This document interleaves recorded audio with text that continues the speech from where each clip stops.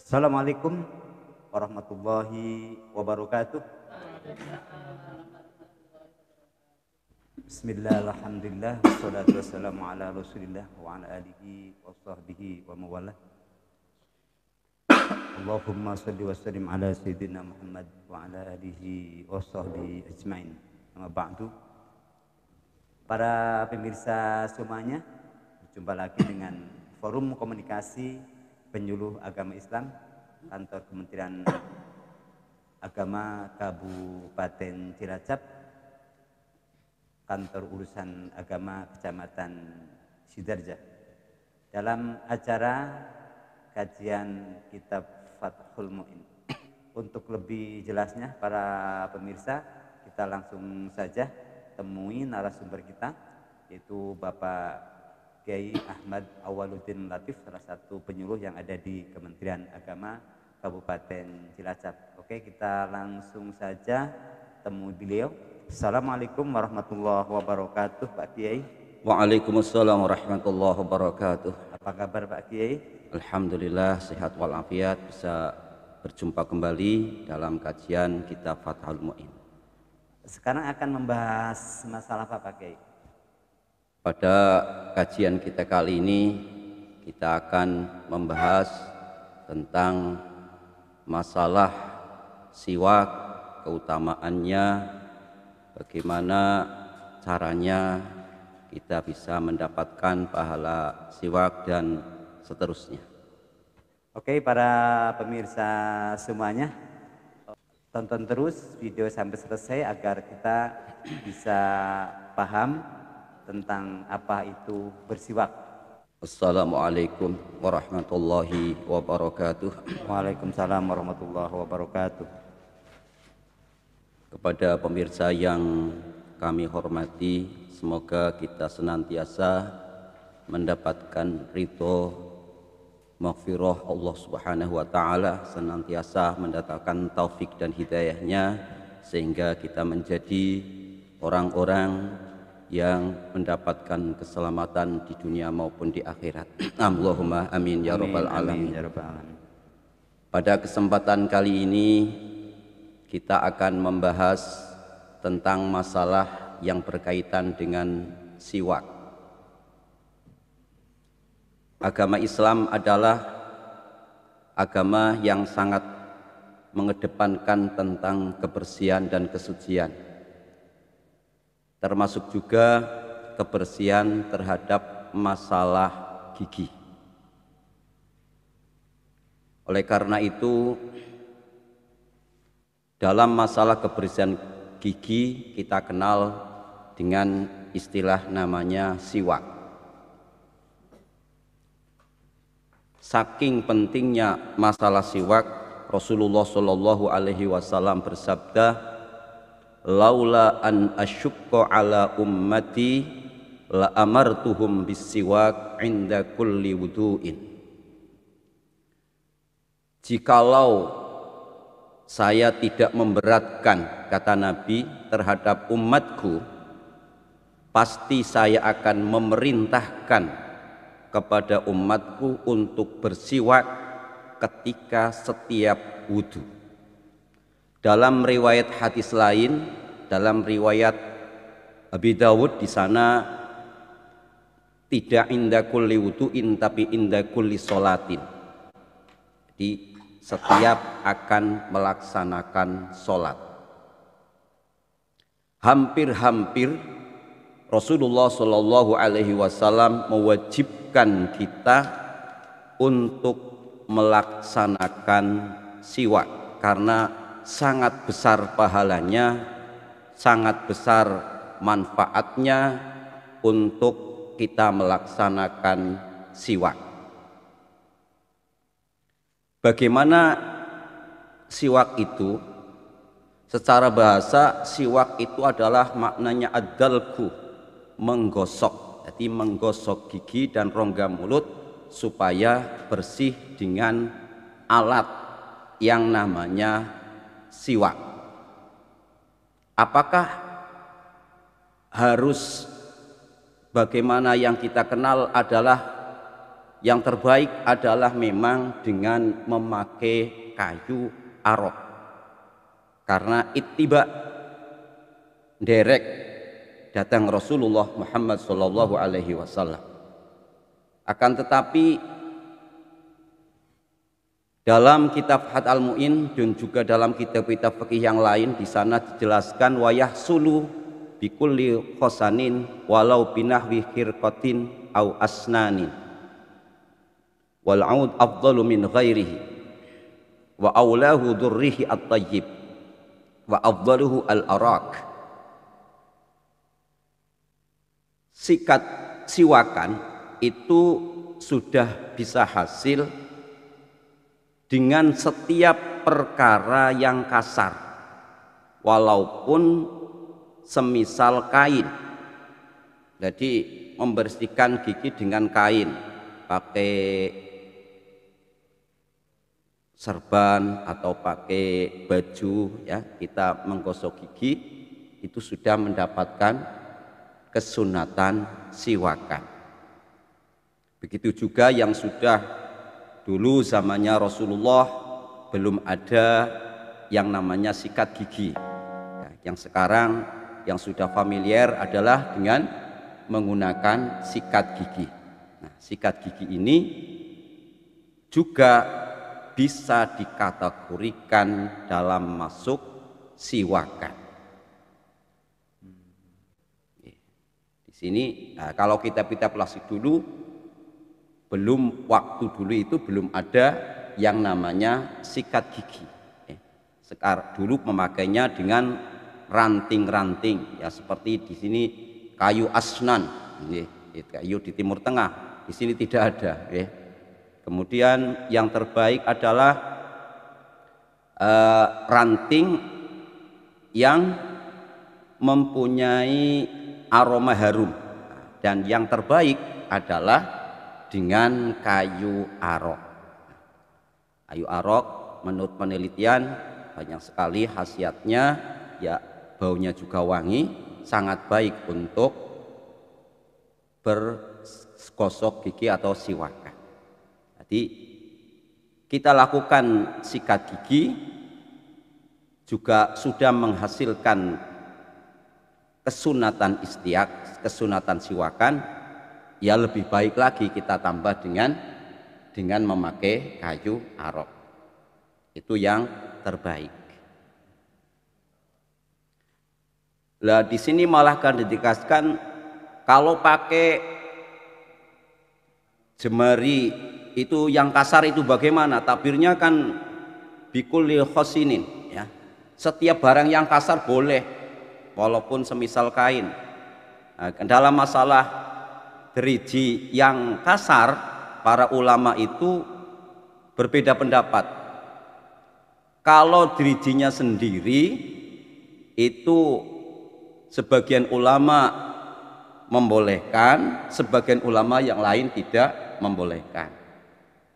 Tapi kalau drijinya orang lain, ya misalkan drijinya orang lain supaya bersiwakan, ya kalau tentunya orang lain itu ridho, ya, ridho untuk kita sikat gigi dan tangannya itu adalah kasar, itu ada ulama yang membolehkan dan itu mendapatkan kesunatan siwakan. Dan yang sangat penting untuk diperhatikan adalah ketika kita siwakan, baik dengan memakai kayu arok atau dengan menggunakan sikat gigi, baik dengan pasta gigi ataupun tidak, itu hendaknya seyogyanya kita niat sunat siwakan. Karena kalau tidak niat siwakan, itu ittifaq ulama seperti dalam kitab Hasyiatul Bajuri, sarahnya kitab Fathul Qorib, di sana dijelaskan ittifaq ulama bahwa kalau sikat gigi atau siwakan tidak diniati tidak mendapatkan pahala kesunatan siwakan. Bagaimana niatnya? Bagaimana? ya kalau dilafalkan ya semisal nawaitu an astaka sunnatal lillahi ta'ala. Kalau dilafalkan ya cukup kita bergosok gigi niat siwakan sunatnya, niat sunat siwakan, itu sudah cukup lah. Yang penting ada kerentek niat di hati, kita sikat gigi harus niat sunat siwakan supaya mendapatkan fadilah siwakan. Nah, sekali lagi saya tegaskan bahwa jikalau kita ingin mendapatkan kesunatan siwakan, ketika kita sikat gigi harus niat siwakan, niat sunat siwakan di dalam hati, kan maklum namanya niat. Dalam hukum siwakan itu bagaimana?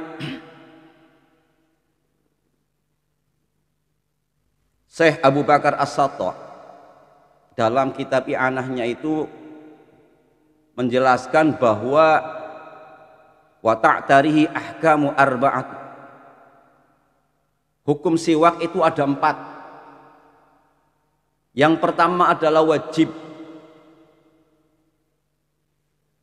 Wajib. Jadi siwakan ada yang wajib, seperti contohnya adalah ketika kita makan yang sangat berbau, terus akan kumpul-kumpul dengan orang banyak, semisal Jumatan atau semisal kumpul-kumpul begini, ya. Anda dari rumah itu makan pete campur jengkol, ya, otomatis baunya sangat menyekat, ya.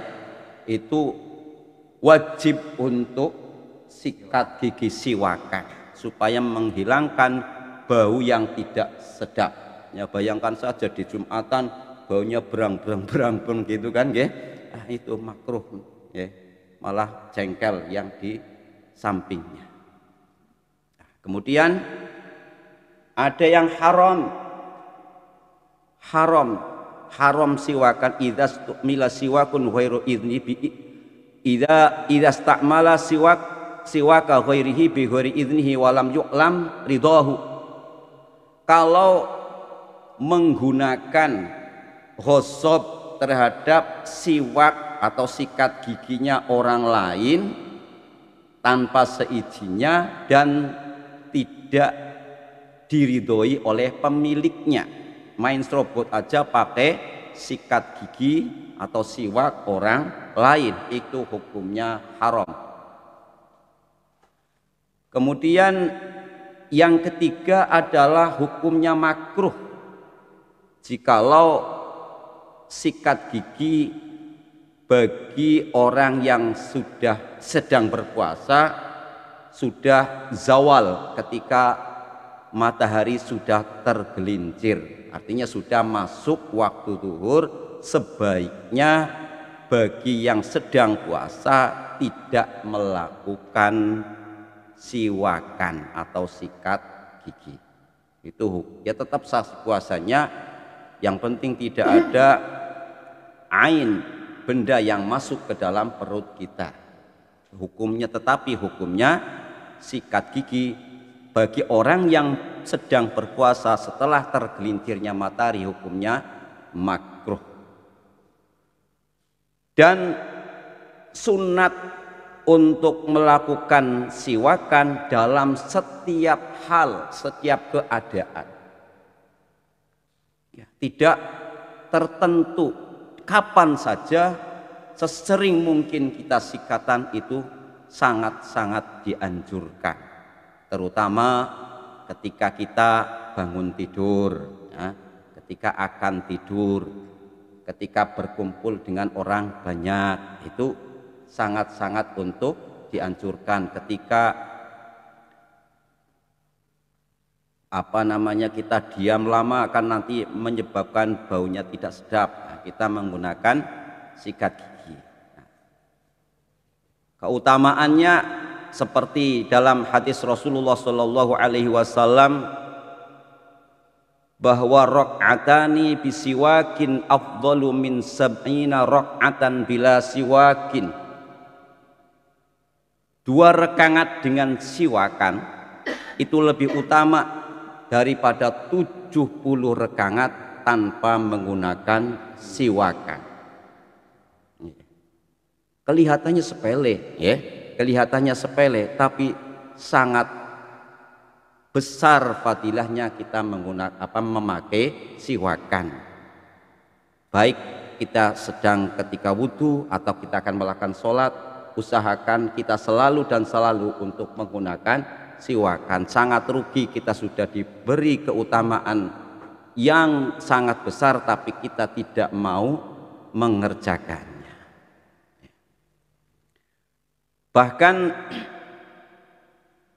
para ulama itu menjelaskan faidah-faidah yang sangat banyak dalam masalah sikat gigi. Ila naifin wasab'ina, lebih dari 70 faidah keutamaan bersiwak. Antara lain tadi melipat gandakan pahala. Kemudian juga banyak sekali lah dijelaskan di sini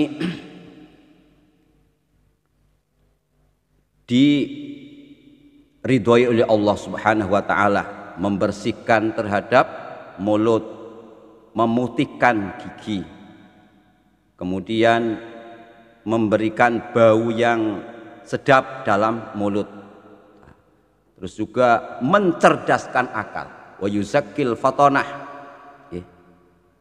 dan juga yusahilun naz'a ketika sakaratul maut.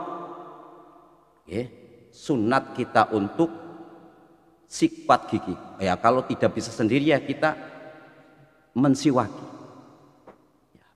Kalau tidak ada kayu aruk ya kalau pakai gombal aja nggak apa-apa ya. Nah, itu untuk memudahkan untuk keluarnya roh. Banyak sekali. Ini ada wa yatihi malakul maut inda qabdi ruhi suratan hasanatan. Malaikat maut ketika menjabut roh itu, kalau kita sering-sering melaksanakan sikat gigi, adalah menjelma dengan suratan hasanatan, dengan bentuk yang sangat bagus, sangat ganteng. Tidak takut kita menghadapi kematian. Itulah masih banyak keutamaan-keutamaan yang terdapat di dalam siwakan. Sekali lagi, melalui kajian kita pada kesempatan kali ini, marilah kita untuk istiqamah di dalam kita melaksanakan siwakan, baik dengan kayu arok atau dengan memakai sikat gigi atau bahkan dengan kain, ya, membersihkan gigi kita supaya kita mendapatkan keutamaan yang sangat luar biasa. Dan yang terpenting lagi, jangan lupa ketika kita melakukan siwak, kita dalam hati kita niat untuk sunat sunat melakukan siwak. Kalau dilafalkan ya nawaitu an astaka sunnatal lillahi ta'ala.